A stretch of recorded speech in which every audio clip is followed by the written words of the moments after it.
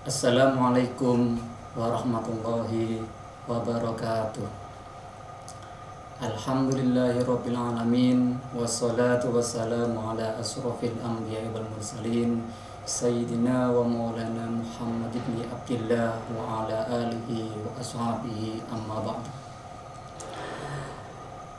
Anak-anakku, siswa-siswi MTSN Gresik dan seluruh pemirsa yang sedang menyaksikan, pada kesempatan kali ini marilah kita panjatkan puji syukur kehadirat Allah Subhanahu wa Ta'ala yang telah memberikan kita nikmat sehingga kita dapat bermuwajahah secara langsung, secara virtual ataupun daring dalam pengajian Ramadan yang diadakan oleh tim Miftah MTS Negeri Gresik. Sholawat serta salam semoga tetap tercurahkan kepada beliau Nabi Agung Muhammad SAW, yang mana kita selalu berharap syafaatnya dan bertemu dengan beliau di hari kiamat kelak.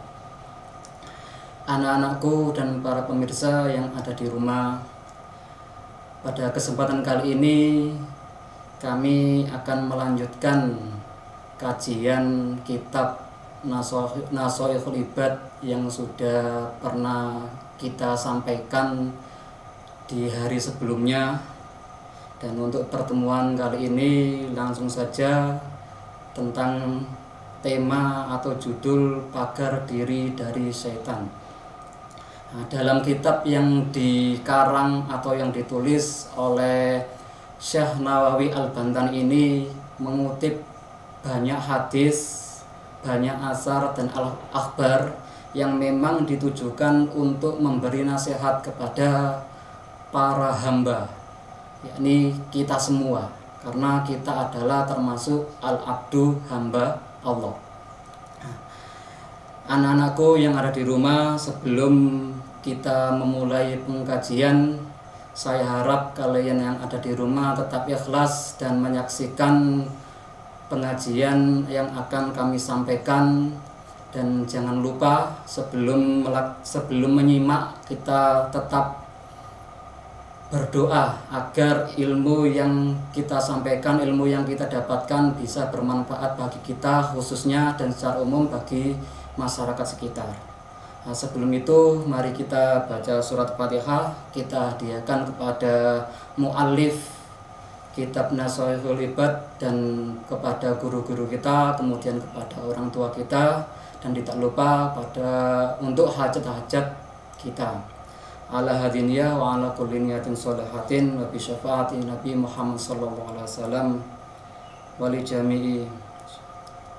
Al-Fatihah.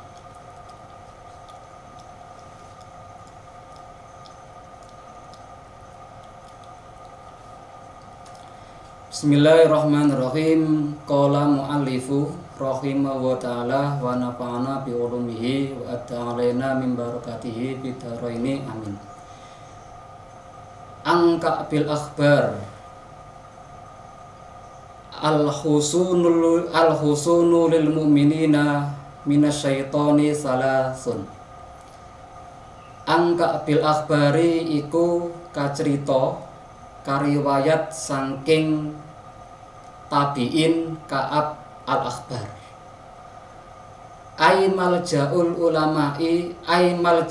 ulama'i tegese nggon ngungsine pira-pira ulama minal Yahudi saking wong Yahudi. Utawa atau bisa dibaca ai maljaul ulama'i minal Yahudi. Kalau yang pertama tadi kan diharokati kasro, kemudian yang kedua diharokati malja'unya, unya diharokati dhammah.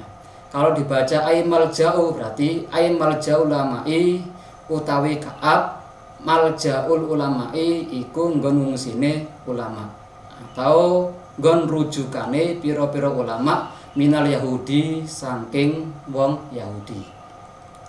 Aslama kamanjing Islam sapa Ka'ab fi zamani Sayyidina Umar ing dalem mongsone Khalifah Sayyidina Umar Ibnul Khattabi radhiyallahu an.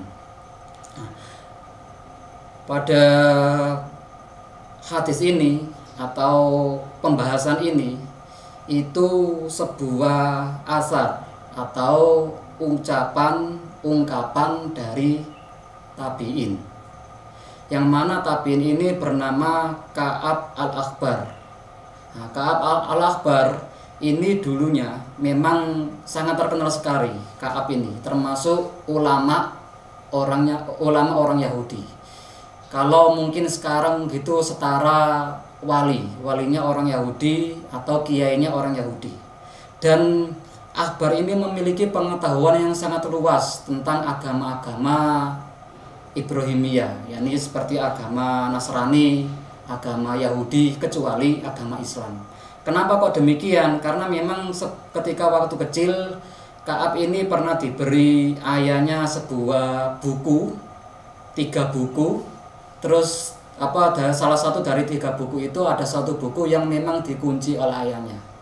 Nah, ternyata ketika Ka'ab dewasa, buku yang ketiga yang dikunci tadi itu dibuka, dan ternyata buku yang dikunci tersebut itu dikisahkan tentang Nabi Muhammad. Dan pada waktu itu ketika beliau mempelajari buku yang sudah diberikan oleh ayahnya yang menceritakan tentang kisah Nabi Muhammad, beliau langsung menghadap Sayyidina Umar, kemudian masuk Islam. Apa yang dikatakan oleh Ka'ab, atau ini menjadi pengalamannya Ka'ab, al-husunu lil mu'minina minasyaitoni salasun. Al-husunu utawi piro-piro benteng lil mu'minina kaduwe piro-piro wong mukmin, minasyaitoni saking piro-piro setan salasun iku 3. Katanya Ka'ab, bentengnya orang mukmin yang sempurna dari setan itu ada 3. Lah, mukmin ini bukan mukmin yang mukmin biasa, tapi mukmin yang sudah sempurna, alias mukmin yang sudah mengamalkan, sudah bertakwa kepada Allah, mengamalkan segala sesuatu yang diperintahkan dan menjauhi segala larangannya. Loh, kok ada yang sempurna berarti ada yang tidak sempurna? Iya, ada. Contohnya mukmin yang sempurna itu dia takut ketika mau ada dosa yang mengelilingnya. Seperti gini, saya berjalan kemudian bertemu dengan seorang wanita. Nah, ketika wanita yang bukan muhrim tentunya, ketika saya bertemu dengan wanita yang tidak muhrim, saya kok takut, nah, itu berarti sudah dikatakan mukmin yang sempurna. Maksudnya takut atas dosa atau maksiat tersebut. Dan apabila saya kok tidak takut, alias saya menikmati pemandangan yang ada, nah itu berarti keimanan saya atau kemukminannya masih belum sempurna. Terus ada 3 benteng atau tiga benteng yang perlu seorang mukmin agar dia bisa terhindar dari godaan setan. Minal khisoli saking piro-piro perbuatan, ayilati tegesi benteng tamna'u kang iso nyegah apa allati al mukminina ing wong mukmin, piro-piro wong mukmin, wa tahfazu lan ngreksa jaga apa benteng hum ing mukmin minasyaitoni saking setan. Salasun iku 3. Wal hisnu utawi lafat hisnu, huwa ya al hisnu al makanu iku panggonan al murtafi'i kang dukur. Benteng itu adalah tempat yang tinggi. Kalau dulu ketika zaman kuno itu kan kerajaan itu biasanya kan membangun benteng yang sangat tinggi, yang mana dengan benteng tersebut itu bisa menyelamatkan orang yang ada di dalamnya. Kalau kita pernah melihat atau menonton film Al-Fatih, coba ketika siapa itu Raja Al-Fatih, Mahmud Al-Fatih itu menaklukkan Konstantinopel, itu kan pertama yang dihancurkan apanya dulu, bentengnya, dan di situ terlihat benteng yang sangat tinggi sekali sehingga sangat sulit bagi sultan pada waktu itu untuk masuk ke dalam benteng tersebut. Jadi benteng itu adalah tempat yang sangat tinggi yang bisa memberi kenyamanan, memberi keselamatan bagi seseorang yang ada di dalamnya dari bahaya. Alladzi kang yang nau kang nyegah alladzi al adwa ing musuh. Wal hisnu utawi lafat hisnu. Aidon hale male asilahu iku pedang. Kama fil asas koyok keterangan fil asasi ing dalam kamus asas. Kalau secara bahasa di dalam kamus asas hisnu itu diartikan pedang. Ya sama fungsinya untuk melindungi yang memakai pedang dari bahaya.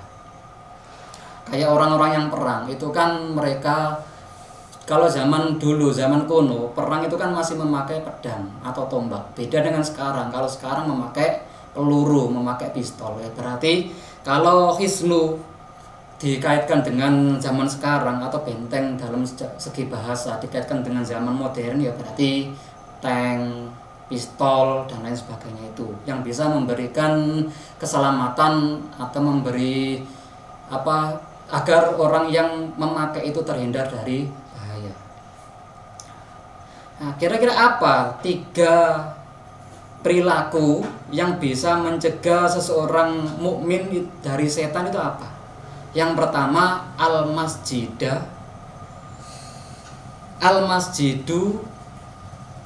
hisnun. Yang pertama al-masjidu hisnun. Al-masjidu utawi masjid, hisnun iku benteng. Atau dibaca ayil husunu al-masjidu atau al-awwalu al-masjidu. Utawi benteng yang pertama al-masjidu iku masjid. Al-masjidu utawi masjid, hisnun iku benteng. Nah, yang pertama adalah masjid. Jadi apabila diri kita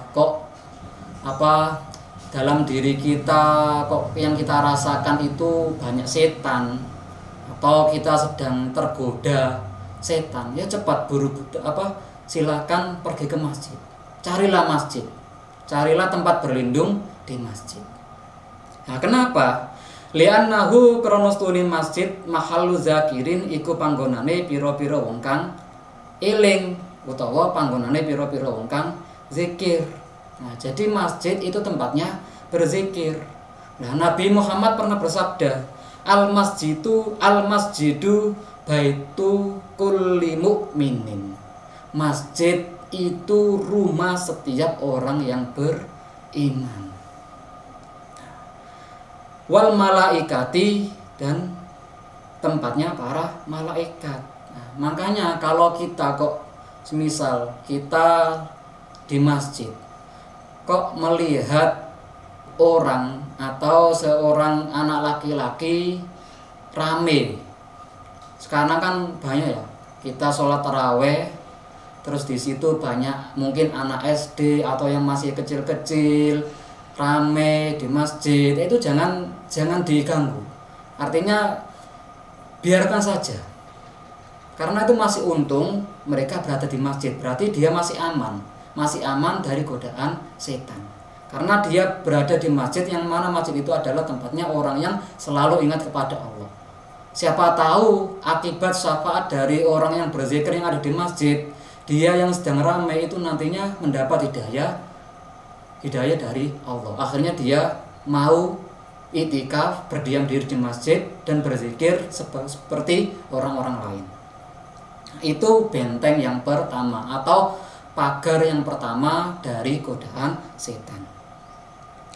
Terus yang kedua, wa zikrullahi asani zikrullahi utawi benteng kang kaping pindho zikrullahi iku zikir maring Allah. Hisnun. Zikrullahi utawi zikir ing Allah utawa zikir maring Allah. Hisnun iku yo dadi pagar. Yang kedua adalah berzikir kepada Allah. Nah, dalam sebuah ayat kan sudah disampaikan ala bizikrillahi tatmainnul qulub. Dengan berzikir kepada Allah, insya Allah hati kita akan tenang. Seperti kemarin pada hari mungkin pernah saya sampaikan, apabila kita galau, kita bersusah, kita susah, kita bersedih, ya salah satu caranya adalah berzikir kepada Allah. Nah, apabila kita mendapat godaan setan, ya langsung saja la ilaha illallah.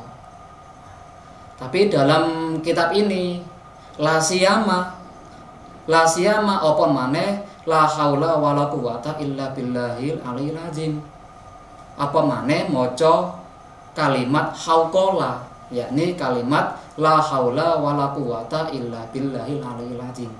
Jadi kalau kita merasa ada setan yang masuk atau menggoda kita, ya langsung saja membaca la haula wala quwata illa billahil aliyil azim. Insya Allah setan itu tidak akan menggoda kita lagi. Fa inna syaitona mongkostune setan. Nah, kenapa kok kita disuruh membaca kalimat hauqala, la haula wala quwata, khusus lafaz hauqala? Fa inna syaitona mongkostune setan yang qabidu iku mengkeret. Mengkeret itu ciut nyalinya. Ayah tafi tegese nyamar sapa setan. Wa yata'akharu lan mundur sapa setan idza sami'a tatkalane krungu sapa setan zikrallahi ing zikir Allah taala halim maha luhur sinten Allah. Nah, ketika setan mendengar zikir Allah, kalimat zikir khususnya la haula wala quwata illa billahil azim, setan langsung menciut. Dia tidak berani lagi, dia mundur. Kalau orang menentang gitu, kalau kamu sedang berkelahi dengan teman kamu, kemudian kamu menunjukkan kekuatan kamu tunjukkan kalau kamu itu kuat, nah, insya Allah temanmu itu juga akan ciut nyalinya. Begitupun juga setan. Ketika ada setan yang mau menggoda kamu, langsung saja kamu atau kita mengucapkan kalimat la haula wala quwata illa billahil aliyil azim atau kalimat-kalimat zikir yang lain, agar agar nyalinya setan itu ciut nyalinya, tidak berani lagi, akhirnya dia kabur. Nah, itu yang kedua. Sekarang pagar dari setan yang ketiga, asalisu qiraatul qur'ani, utawi pagar ingkang kaping 3 qiraatul qur'ani iku maca Qur'an. Qiraatul qur'ani utawi maca Qur'an hisnun iku benteng, iku dadi benteng. Yang ketiga adalah membaca Quran. Nah, ini tadi ada keterangan yang kelewat tentang kalimat hauqala. Dalam sebuah hadis yang diriwayatkan oleh Al-Imam Ukaili, bahwasanya Rasulullah pernah bersabda, istaksiru milla haula wala quwata illa billah. Iktasiru ngakeono sira kabeh, ngakeono maca utawa perbanyaklah membaca kamu sekalian min la haula wala quwata illa billah, saking kalimat la haula wala quwata illa billah. Fa innaha mongko stuhune kalimat la haula wala quwata illa billah tadba'u iku bisa nyegah tis'ata wa tis'ina. Nah, nyegah apa? Nyegah dari 99 baban apane lawange. Jadi lafaz kalimat la haula wala quwata itu bisa mencegah 99 lan pintu minad dori saking keelekan. Kalau kita mau membaca la haula wala quwata 1 kali saja itu bisa mencegah mencegah kita dari 99 kejelekan. Oke, kita lanjut. Yang ketiga, pakar yang ketiga tadi apa? Qiraatul Quran, membaca Al-Quran. Nah, di dalam beberapa hadis itu juga banyak disebutkan bahwasanya membaca Al-Quran itu merupakan ibadah yang paling utama. Sebagaimana Nabi pernah bersabda, afdholul ibadati tilawatu ayatil Quran. Jadi ibadah yang paling utama selain ibadah wajib, maksudnya ya, selain ibadah wajib itu berarti selain sholat, zakat, puasa, haji, itu yang paling utama adalah membaca Al-Quran. Bahkan dikatakan kalau kita membaca satu huruf saja dari Al-Quran, itu kita sudah mendapat pahala. Dalam kesempatan lain Nabi Muhammad pernah bersabda, bersabdanya itu dari hadis qudsi.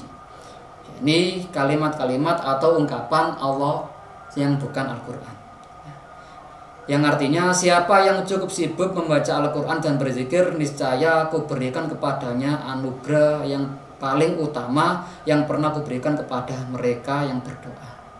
Jadi dalam hadis qudsi ini, sebenarnya kalau kita mau membaca Al-Quran dan kita menjadikan membaca Al-Quran itu sebagai doa, insya Allah akan memberikan kebaikan-kebaikan dan hajat-hajat kita akan dikabulkan oleh Allah. Tapi dalam membentengi diri kita dari setan itu ada ayat khusus yang memang mujarab. Mujarab itu sudah teruji sebagai pagar untuk menghindari diri dari godaan setan. La siyama apa maneh ayatul kursi, ayat kursi.